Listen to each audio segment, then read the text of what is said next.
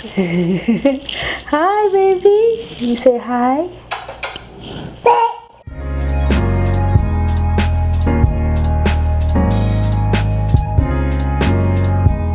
Hey guys, it's Andrea and welcome back to my channel, and today's video is going to be a long awaited baby update.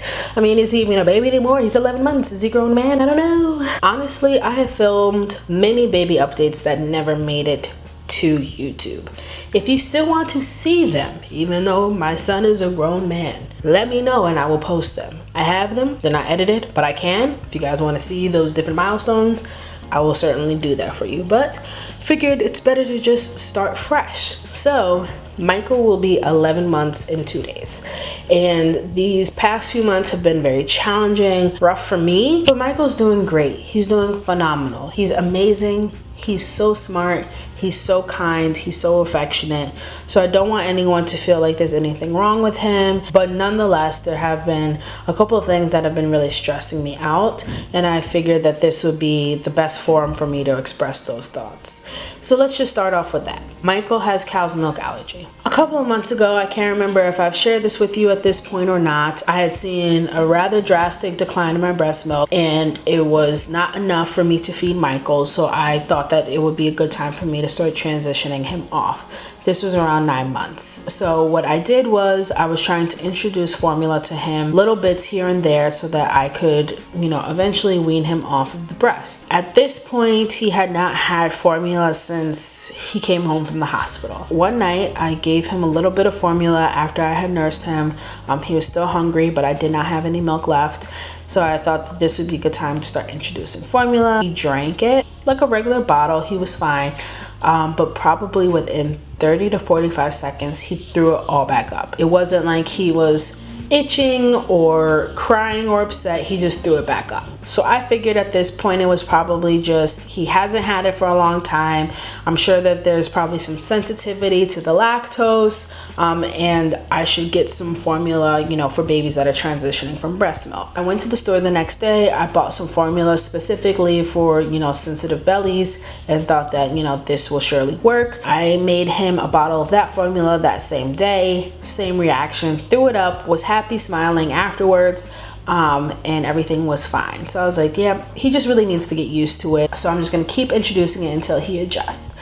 I also picked up another brand of formula shortly thereafter that, which was reduced lactose, but a different brand. Gave that to him, and then the same reaction, but this time he was itching his chin like this, and that kind of indicated to me that something was going on. I just made the executive decision to stop giving him that altogether. So I went to the pediatrician, and this was all within a couple of weeks time. So not much time had gone by, and I explained to her what had happened, and she said that is strange because I breastfed him and I had dairy in my diet. He's had purees, like the pre-packaged purees in the pouch that had yogurt in it, and he was fine. So she had a few different reasons to hesitate on whether or not he was allergic to milk, because there were plenty of cases to show he wasn't, but there were just as many to show that he was. So she said, you know what, let's not play the guessing game. I'm gonna send you to an allergist. So this was when he was 9 months old. I called the allergist, and they did not have an appointment available until August. Thankfully, they called and rescheduled me for July, and we just had this appointment in the past few days, okay? So this is very fresh. In between Michael's visit with his pediatrician and the allergist appointment, I also introduced egg. So this is something that you should introduce early on to babies. I had not introduced it in its pure form, but he's had egg baked into things previously. I had seen so many mixed reviews about giving babies eggs, and there's I don't know if anyone else feels like this. You have a baby and then they just send you into the wild. No one calls you and checks up on you and makes sure that you're doing everything that you're supposed to do. You can only learn so much from your own devices because you don't know what's true and what's not true. It's just so weird to me. It's just weird. I've been in this stressful kind of self-doubting place where I'm just constantly why don't I know this? Like, am I supposed to know this? As a mom, like, am I just supposed to know? And I had to like get myself out of that thinking, because obviously, like, no, you don't know, and you can't beat yourself up about it. All you can do is continue to ask questions and doing your best and doing everything that you can. I blame myself. I blamed myself a lot for Michael's allergy, because I felt like there was something I should have done and I just didn't know, and I just had to like let that kind of feeling go. So anyway, back to me introducing eggs. So I was at my parents' house. I made Michael some scrambled eggs. I put him on his tray. He was feeding himself, and in between bites he was doing the little chin rub. So I was kind of like, that's concerning, because last time I saw that chin rub, you know, we kind of thought he was allergic. You know, shortly thereafter, he just like throws the egg down. He's like scratching so fast, crying.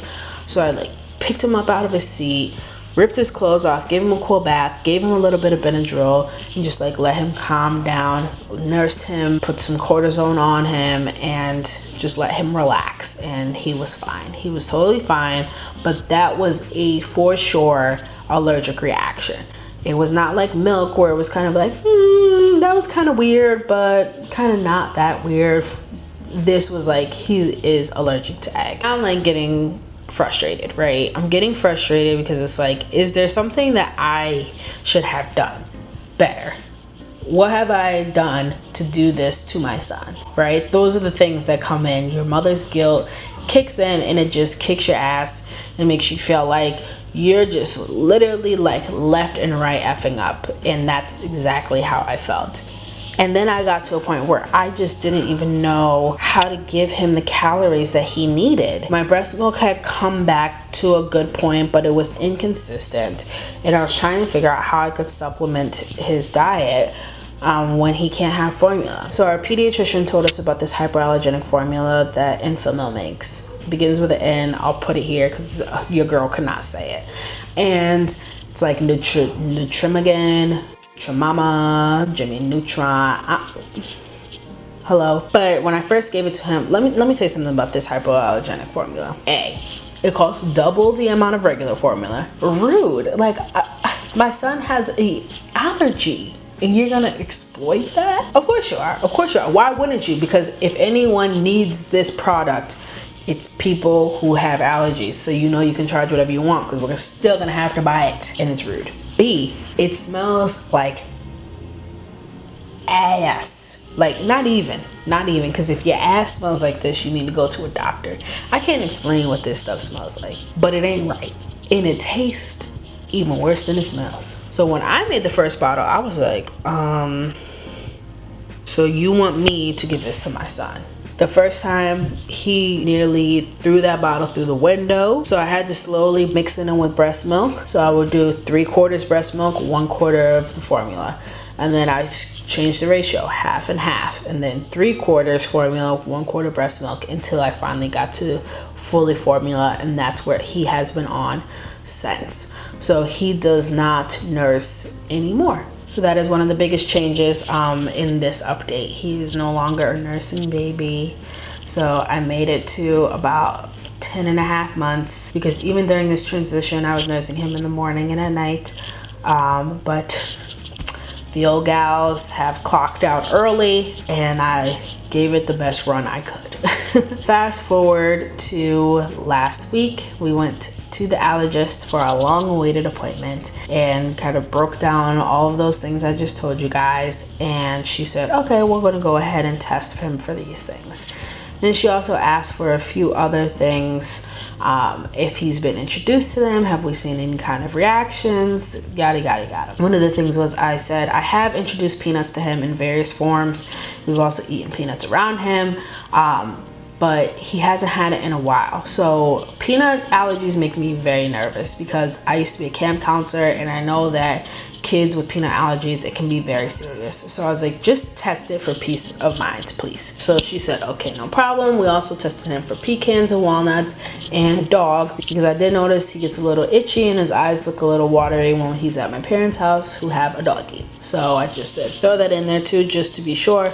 His eyes always water, so it's kind of hard to tell what's causing it. But they did a skin test where they basically take the extract of each of the allergens and put it on his forearm like this. They kind of like poke the skin to irritate it, and then we see if there's a reaction. So they did the skin test and he had 3 reactions. Milk, which we suspected, egg, which was the largest reaction, and peanut, which I didn't expect. I was doing that as a safeguard, but I did not expect that one. Now, mind you, that was the mildest of the 3. She said you could look at it as a false negative or a false positive. Either way you spin it, it's very mild, and we may be able to kind of get that under control. So they decided that they're going to do some additional blood work to kind of give a more definitive answer. If there are any that are still kind of in question, she says she may call us back into the office to do a food challenge. So a food challenge is when they bring the baby in and they give them small amounts of the food in question and monitor them over a 2-hour span of time. He got the blood work, which was very tragic because they couldn't find a good vein and they had to poke him 3 separate times, and he was just very frustrated and very upset. I ended up kind of like breaking down in the street on a walk back to the train. I just like, it was a lot of emotion because I just felt like this was all my fault. I should have been introducing things earlier, and I let my fear of him having a reaction cause him to actually be allergic to things. Like, you know, there's just a lot of different things that are going through your mind when you hear something is going on with your child. In addition to that, he's also shorter. He fell off of his height growth curve. He actually increased a little bit on his growth curve for weight. So he is 17.15 pounds and 27 inches, projected to be 27.5 inches. Now, the doctor is not worried at all. The allergist was not worried, and his pediatrician was not worried because he is thriving, he is strong, he is learning, his development is still very accelerated, so no one is worried about it but me. Of course I'm worried about it. I'm his mom. I don't want him to fall off of any growth chart ever. It makes me nervous. It just kind of reaffirms my insecurities about him not getting enough nutrients. He's very, very heavily dependent on formula. He doesn't really like food, so it has been my mission to find foods that he likes. So I thought this would be kind of a great time for me to share the different foods that I have found that Michael likes to eat, you know, given his circumstances. So one thing that I have found that he really enjoys are non-dairy yogurts. So I've tried ones made from coconut milk, almond milk, and cashew milk, and he likes all of them. He likes them plain, he likes them with fruit, and he does not like being spoon-fed, so that must mean he really likes it because he allows me to feed him with a spoon. He's also been kind of learning how to use a spoon himself, because I figure if he doesn't like being fed, if I teach him how to feed himself, then maybe that will open the door for him to eat more things. So that has been messy. That has been messy as hell. He's also been eating like vegan cheeses, vegan butters, vegan mac and cheese. He's not really into that one yet, but I can tell there's potential. But he also has finally come around to eating some meat. So right now it is strictly chicken. He likes chicken, white meat chicken. He'll eat that all night and day. But yeah, that has been the most stressful thing on my mind for this update. But some of the other things, let's talk development. So Michael is cruising around this place. He is fast and furious. He is on his feet. He's holding on to things. He is pushing things, climbing things. He's all over the place. He's so strong. He's in cabinets. He is opening drawers. Like everything he can get his hands on, he's in it. So we've had to do a lot of baby proofing, but it's really exciting to watch. And Michael took his first steps at 10.5 months. I don't know if that's early or not. So he's small, but he's on the move, and he's done that probably 3 or 4 times now. So we are bracing ourselves. He is on his way out the door, I could tell. He is full of energy, full of personality. He's just talking up a storm. He finally says mama when he feels like it. It's not often. He calls me Nana, which I guess is cute. It's cute. It's unique and special, so I'm not upset about it. But because he's so big and so active and all over the place, it's hard for me to film with him. So, you know, I can film him, but I can't film with him because he's just too active. Let me know if there's anything else that you want to hear about baby Michael, anything that I may have forgotten. I will keep you posted on his allergies and what we hear back from the labs. And you know, this is one of those things, you know, you're a mom, you just gotta do it. You just gotta do it. You just gotta figure it out. I don't know what to tell you. But that's it for today's update. Thank you so much for all of you who have supported me throughout this entire journey. I see that I have over 4,000 of you guys now. I don't know how that happened, but that's amazing. Welcome. Thank you so much. And let me know what you guys want to hear from me next time. I have so many ideas. And I just want to know, like, do you guys want to hear them? Do you guys want to see the content? Like, do you guys want it, even though it's not necessarily like within what I've built this channel around? Do you guys still want to see it? Like, I just don't know. Thank you guys so much, and I'll see you in the next video. Bye. I go bye-bye. Bye-bye. Bye.